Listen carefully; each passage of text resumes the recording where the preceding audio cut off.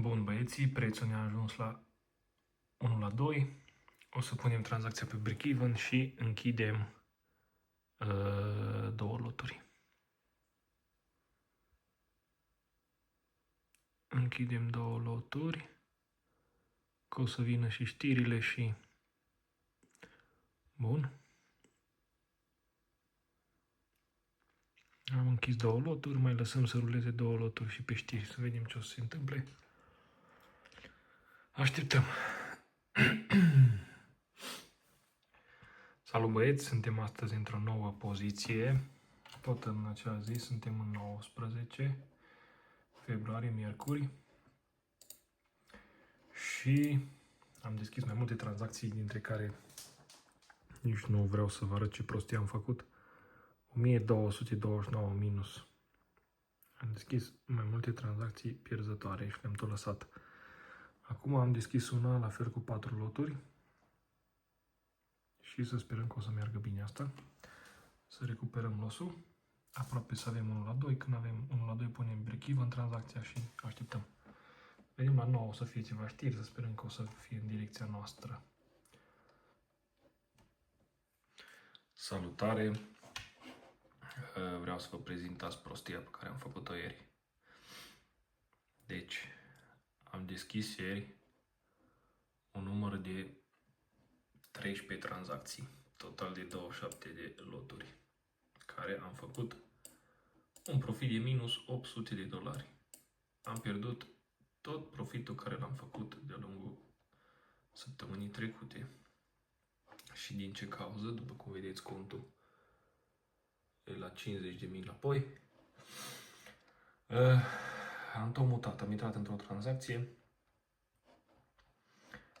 Aici, după cum vedeți, adică mai multe tranzacții pe GPI și am deschis cele mai importante 3 tranzacții USD CHF pe care le-am pierdut, s-au dus în gaură puține pipsuri, oricum 6-7 pipsuri, dar asta însemna foarte mult. Am deschis o grămadă de tranzacții haotic la care le-am mutat SL-ul, adică nu am mai ținut cont de strategie, de absolut nimic. Bun. Acum suntem înapoi la 50.000. N-am vrut doar să vă spun să nu faceți aceeași greșeală, că uitați, era 2% făcut pe cont.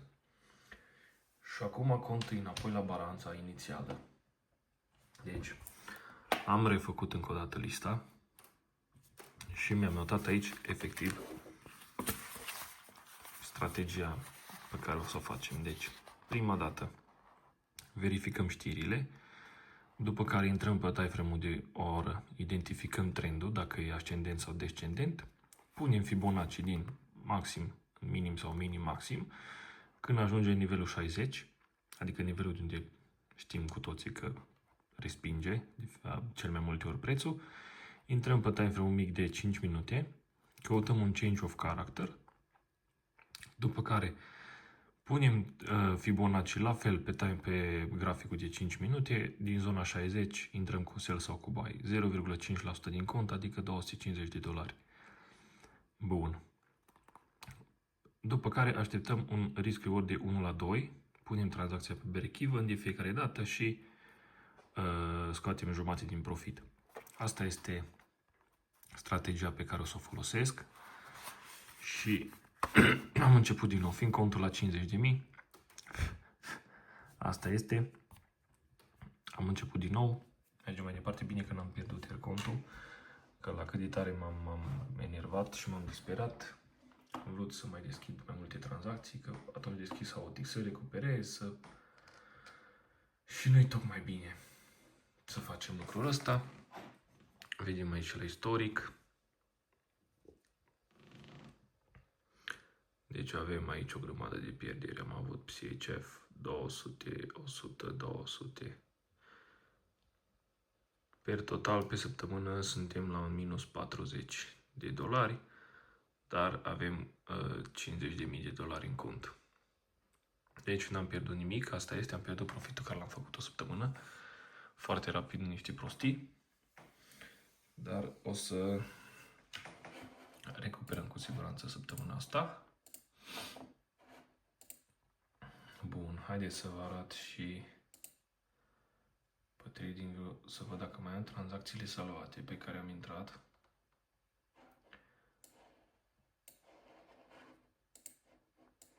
Așa, nu, GBP, așa, în asta am intrat odată.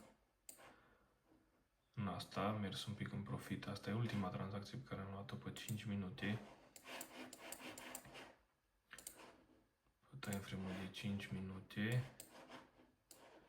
Cu 4 loturi în care am recuperat. Am avut 1600 pierdere și am intrat de aici cu 4 loturi. Mi-a ajuns până în risk reward de 1/2 aproape și am închis tranzacția. Am avut un profit de 700 și ceva, dar n-am închis-o în totalitate. Am închis, după cum ați văzut și în video de la început, am avut 4 loturi, dintre care am închis 3 și am lăsat un lot să ruleze, sperând că o să se ducă în noile maxime, dar prețul mi-a luat break-even-ul și a coborât.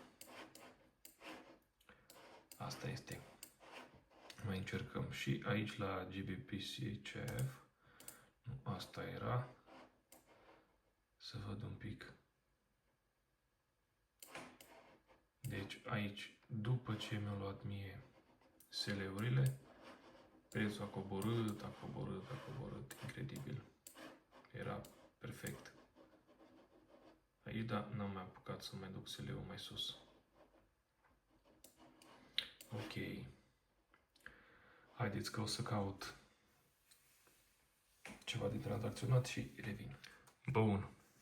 Haideți să vă arăt, am găsit prima tranzacție, pe euro-dolar suntem, trendul 1 descendent, am pus Fibonacci frumos din maxim în minim, avem nivelul 100, a trecut de nivelul 60, a ajuns la nivelul 100 și nu închide peste, n-a închis, după cum vedeți, nici aici, nici aici, nici aici n-a închis peste. Și avem aici un imbalance foarte, foarte important format aici, da? S-a format un imbalance. Acum, este un trade mai riscant, dar eu zic că merită încercat. Avem un stop loss de 7 pips. Euro-dolar, contul 5.000. Opa. 5.000, ok. Riscăm $250, că atât avem. Stop loss-ul, am zis că îl avem de 7 pips, da? 7 pips. Bun. Calculăm, ar trebui să intrăm cu 3 loturi 50 pe poziția asta. Bun. Euro-dolar. Haideți că intru chiar acum live să vedeți și voi. Live, euro-dolar. 3 loturi 50. 3,50 ne spune, da?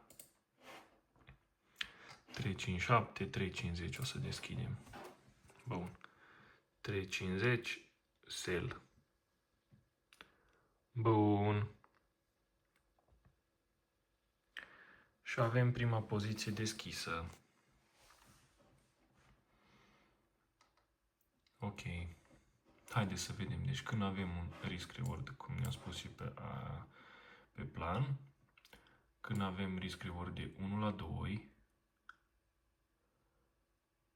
când ajunge prețul, dacă o să ajungă aici, ne punem nivelul de aici. Bun. TP 1 și break-even. Tranzacția. Și TP final aici, într-un nou minim.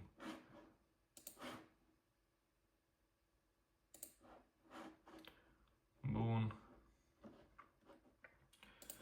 Și marcăm TP final. Bun. Asta e tranzacția pe care noi o avem astăzi. O să vedem ce se întâmplă. Dacă mergem pe time frame de 1 minut, vedem că prețul totuși este unul ascendent, adică trendul. Dar aici nu a închis peste, încearcă și aici să vedem, să sperăm că nu pleacă mai sus. Avem și un imbalance foarte important, după cum am spus. Oh, n-am verificat știrile. Forex Factory, n-am verificat știrile și cu aia am zis că încep de fiecare dată. Acum sper să n-am ceva știre importantă. Astăzi este data de 20. 20 avem știri importante doar la 15:30. Deci până la 15:30 nu avem știri importante. Ok. Bine, lăs tranzacția și o să vă țin la curent. Update la tranzacție. Rulăm în profit acum. Câțiva pips. Avem un profit de $185. Hai că 200 chiar. Ne revenim încet. Uitați cum a fost pe minus cu contul. Și acum mergem înapoi. Să sperăm o să avem știri la... cât avem? La 15:30. Într-o oră. O să avem știri. Suntem în data de 20 februarie astăzi. 14:51. Într-o oră o să avem știrile. Nu știu ce să fac, cam ars cu știrile. Cât am lăsat tranzacții deschise, dar asta nici nu știu ce să facem. Normal aici am închis peste high-ul ăsta. Am închis, dar foarte, foarte puțin. Ceea ce nu știu ce să fac. Dacă s-a schimbat trendul, nu s-a schimbat. Am avut change of character aici. Normal am avut change of character aici. A venit, a retestat zona de suport și acum trebuie să plece în sus. Dar avem la fel de bine un imbalance aici. Totul e corelat. Suntem într-un trend descendent. O să vedem. O să o las deschisă aia. Dacă o pierd 0,5% din cont. Asta este. Mergem mai departe. Încercăm data viitoare dacă nu o să meargă asta. Vă țin la curent cu cum avem iar 150. Profit, deci dacă ar veni undeva aici, ar trebui să avem 3,5 loturi deschise. 3,5 ori câți pipi? 398. 398 de pipi. Ar trebui să facem 1393 profit dacă merge tranzacția asta. Dacă nu, asta e minus 0,5% din cont. Încercăm. Revin.